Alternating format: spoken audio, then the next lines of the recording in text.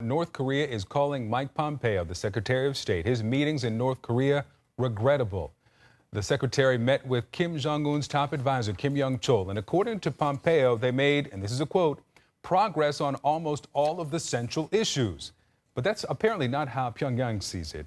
They released this statement. We expected the U.S. to bring constructive measures to build confidence in accordance with the spirit of the U.S.-North Korea summit. However, the attitude of the U.S. in the first high-level talks held on the 6th and 7th were indeed regrettable.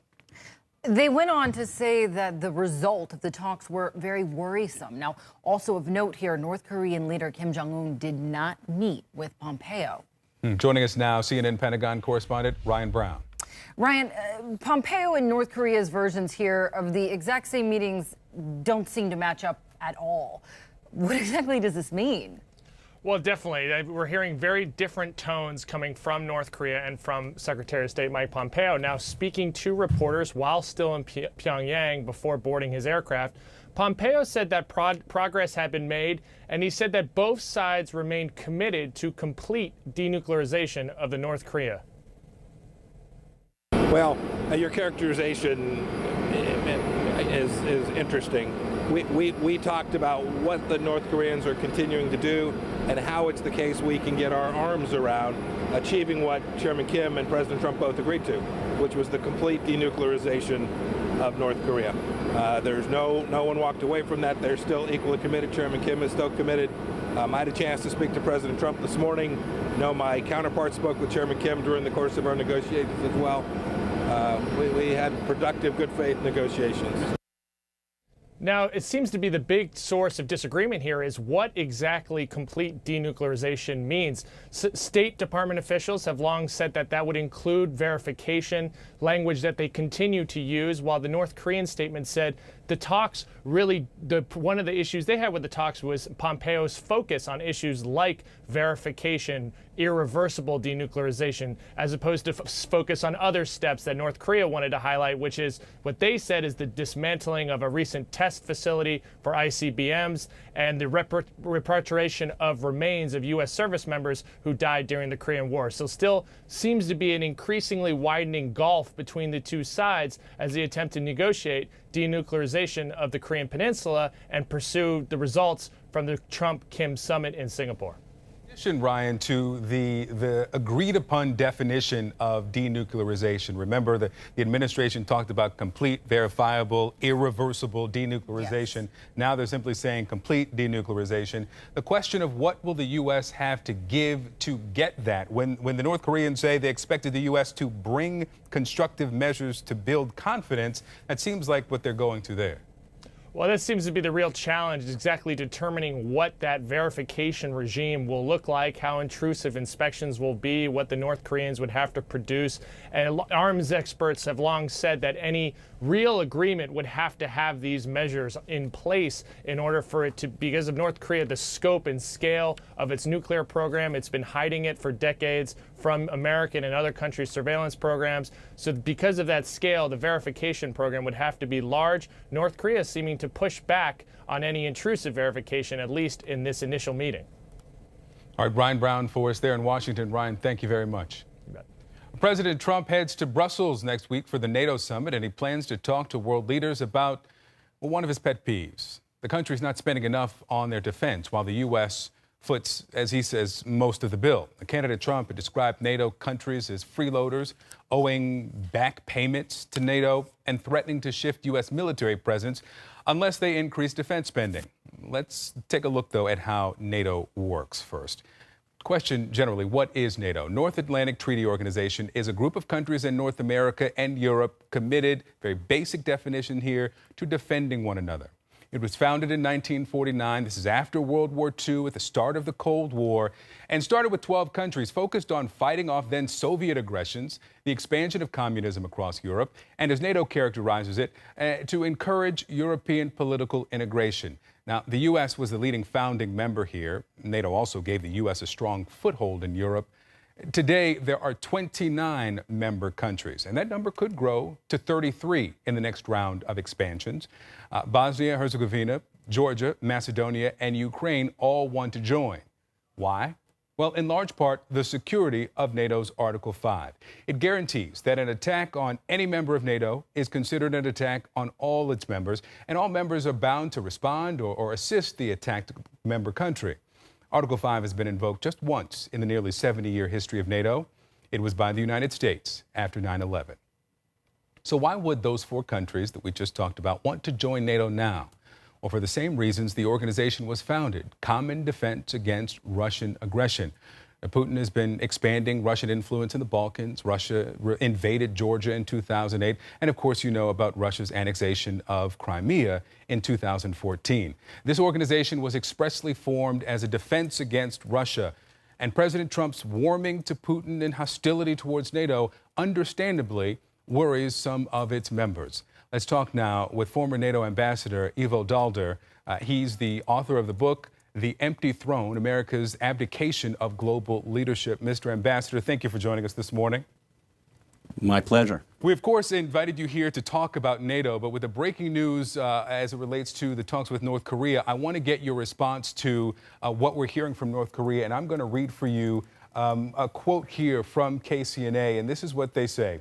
The issues that the U.S. delegation kept insisting to the end of the talks are the very same cancerous issues that amplified the distrust and a danger of risk of war of the past administrations, which all ended in failure. The outcome of the talks are very worrisome.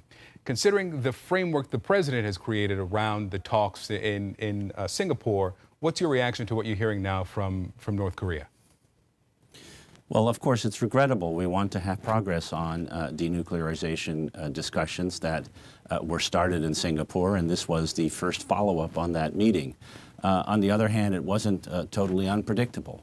I think the president and some in his administration held out the prospect of something that wasn't going to happen. Kim Jong-un was not going to give up his nuclear weapons just because he had a good meeting in Singapore with the President of the United States. He has these nuclear weapons to ensure the survival of his regime. And that's one of the reasons that he, his father and grandfather, acquired those weapons over the past 20-plus years, and why it has been so difficult, even through negotiations or economic pressure that we have seen over the years, to get them to reverse course. The only way to do that is deep, intensive kinds of diplomacy backed by real pressure, not by the kind of statements that we are seeing coming out of the White House that the nuclear threat has disappeared just because two leaders have met. The threat is there, it needs to be met, and diplomacy is the best way to go about it. Mr. Ambassador, I want you to watch and listen this exchange between Kim Yong-chol and Secretary Pompeo earlier today. Let's watch this. This is your first visit to our country yet. This was your first night in our country. Did you sleep well last night? I did. Thank you for the accommodation. But we did have very serious discussion on very important matters yesterday. So thinking about those discussions, you might have not slept well last night. Director Kim, I slept just fine. We did have a good set of conversations yesterday. I appreciate that, and I look forward to our continued conversations today as well. Now, I don't know if you have a monitor there, and we had subtitles up on the screen, but Kim suggests that thinking about the discussions that they had on the previous night, that the secretary might not have slept well, and the secretary says he slept just fine. Considering the discrepancies between what we're hearing from the State Department and what we're hearing from North Korea, are you confident that the U.S., the administration, is even honest about the characterization of these meetings thus far? Well, I think we will have to wait until Secretary Pompeo is back and he's no longer in Pyongyang, and he will have an opportunity to brief the president and others in the administration before we know what really happened. But clearly, if there had been any idea that these talks would lead to the rapid denuclearization of North Korea, we've heard the National Security Advisor, John Bolton, and others talk about a year or 2.5 years. This is going to be a decade-long process only if, and that's a big if, the North Koreans are in fact willing to move in this direction. And I think what we saw in the talks in Pyongyang is the reality that the United States is demanding something from North Korea that the North Koreans aren't willing to do. And it isn't surprising because they haven't been willing to do it for a very long time. Mr. Ambassador, let's turn now to NATO. And Nicholas Burns, former Undersecretary of State, says that this is the most serious transatlantic crisis in 70 years in the history of NATO. Is that hyperbolic, or has this reached crisis level?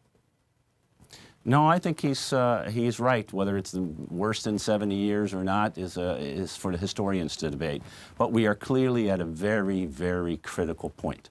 On the one hand, you could see this coming week a NATO summit that could, by all measures, be a grand success.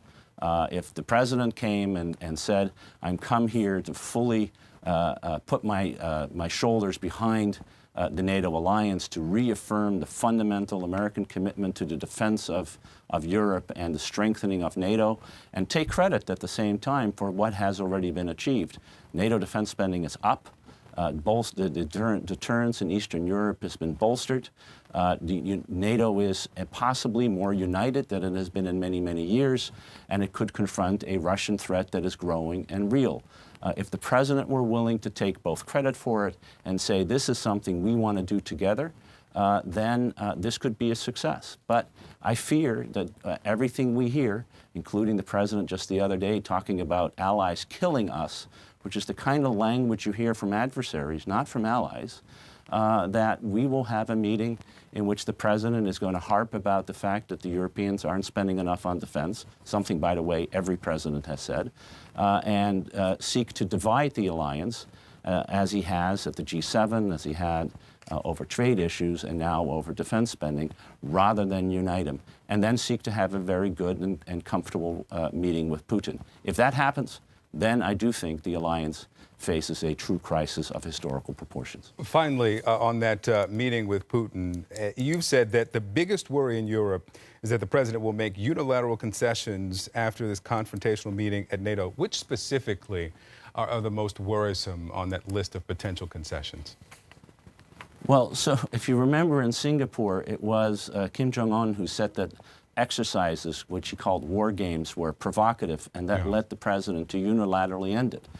Well, what does Vladimir Putin find provocative? He finds NATO enlargement, the adding of new members, provocative. He finds the deployment of defensive forces in Eastern Europe and the Baltic states provocative. He finds U.S. missile defense in Europe provocative.